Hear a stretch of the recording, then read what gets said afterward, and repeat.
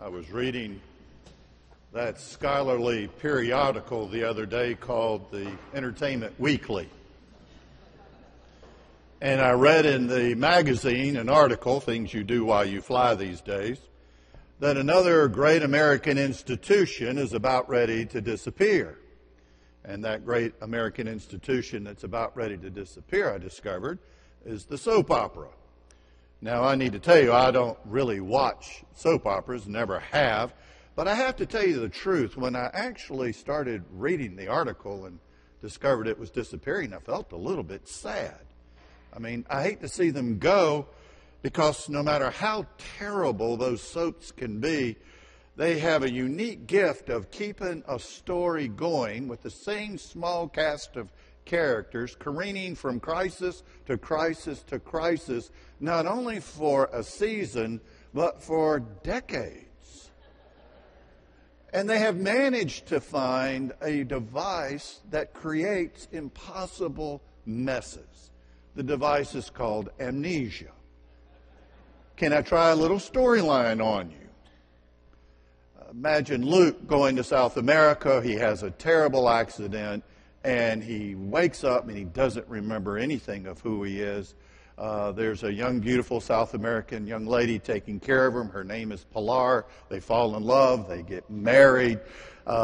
Meanwhile, his other wife, Erica, is back home, and she's grieving his disappearance. And she waits for a long period of time, but over time falls in love with Dr. Stone.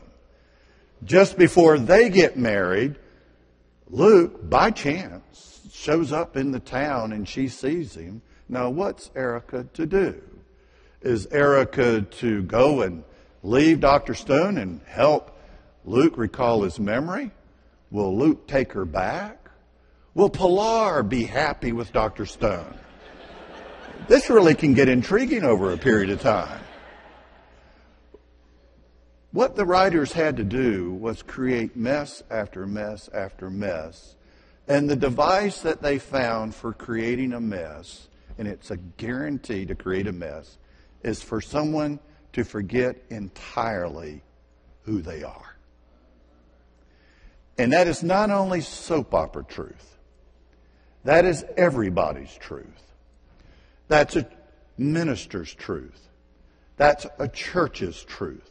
That's any organization's truth. If you really want to make a mess of things, and a mess of things for yourself and for those around you, just forget who you are. Now, we're facing some of those issues. This is actually quite easy to do. In North America right now, we are seeing many who are forgotten who they are. It's real easy to sort of lose the focus of what you're about, your purpose, your business, your mission. I was reading or watching the other day on television and caught an interview with the CEO of Dunkin' Donuts. Well, that was intriguing because everywhere I fly now, no matter what country I'm in, and I've been in quite a few lately, there's a Dunkin' Donuts in all the countries, from Moscow to Israel down to South America. I've been quite surprised. I thought they were declaring bankruptcy not that long ago, much less expanding around the world. So I was quite intrigued by the interview. In the interview, he asked, how is it that you came out of bankruptcy now to be such a thriving company? And he said, well, we didn't know what business we were in. We forgot. We thought we were in the donut business. We were never in the donut business. We were in the coffee business. And when we remembered that, we took off. I thought about railroad industry in this country in the 30s that thought it was in the railroad business.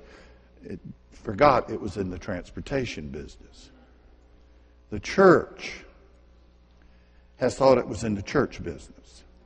Church has never been in the church business. The church has been in the kingdom business. Forget who you are, and you create a mess. You graduates have been at Beeson. You have discovered much about yourself while you were here. You have evolved with your understanding of who you are as a minister of Christ, whether it will be in a local church or a chaplaincy, or whether it will be in the secular world in some capacity. It doesn't matter. You've discovered who you are here, and to preserve that, but more than preserve that, to grow that when you leave here is going to be a challenge. And I'd like to share with you, for someone who was sat where you were 30-some years ago, who's now journeyed this journey, I'd like to share a couple of things with you that I have found that are critical for me to not forget who I am. And when I remember who I am, that Genesis passage we heard, and God said, it was good. It was good. The first thing I'd want to share with you is this. It's important that you remember to hold truth and faith together. Let them hold hands. It's going to be a challenge, particularly if you get into church work, to speak truthfully and exercise your faithfulness in doing that. It's going to get harder and harder. You're going to find over a period of time in the ministry that your skills are going to be honed more and more in teaching and preaching, but where you're going to wind up losing some of your voice over time is in being an apostolic leader and being prophetic. It just happens when you draw salaries. It just happens when you have mortgages and responsibilities of family. Over time, you start losing that prophetic edge. You stop speaking truth where you need to speak truth. And that's tough to do. Let me just say to you, keep those two holding hands with one another. You need to do it inside of the church. It's critical that we do it there. And let me just tell you what I've learned. You're going to have people who are going to praise you. It's going to feel good. They're going to love you. But let me tell you, I've learned I'm not as good as half their praise says I am. But on the other side of that, there will be people when I do have to be prophetic and say things that even make me uncomfortable that will be very, very critical. I'm not near as bad as they think I am. I have to live somewhere in between the praise and the criticism. And that's the only place I know where I can stay, where faith and truth hold hands. And I can hear God say, it's very good, John. That's the sweet spot of ministry that I long to keep in balance. You will need this outside the church. I have a group that I meet with that are non-believers. I meet with them because, first of all, they're friends, and two, I need to be with them. They keep me on the sharpest edge of what I believe. And we were talking just last week, and one of them challenged me on something I had said. We were talking about something about what faith means to me, and I said that God is a refuge, and he took great offense at that and said that is exactly what faith communities always do. They always indulge people in wishful thinking. Well, I asked him to unpack that a little bit, and he said, well, that's just the kind of narcotic that religion is famous for. Always telling people they're safe, inviting them to hide from the terrible world that we live in. And one of them said, remember when we were children during the middle of the Cold War at its most frightening place and time? I said, yeah, I remember. He said, you remember how they told us to prepare for that, the drills we did? Yes, I do. They told us to get under our desks or go out in the hall and put our heads between our knees and put our hands over our heads in case of a missile strike of an atomic weapon. And John, that was supposed to protect us. And I knew what he meant. Is faith nothing more than hiding under the furniture in a terrible world? Absolutely not. I served the Lord who spoke truth in that world. It cost him his life. He went vulnerable, undefended, and stood boldly no matter what it required of him. And he did it, of all things, with love. And all he asks of me is to do exactly the same thing. To stand boldly, undefended, absolutely vulnerable, no more protected than anyone else from harm. But I can do it because I have a refuge. God is not only my Father, he's a place. He's a safe place.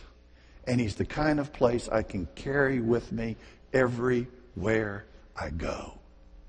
No matter what hatred I confront, no matter what evil has to be faced or what truth I have to speak, there is within a safe place to go.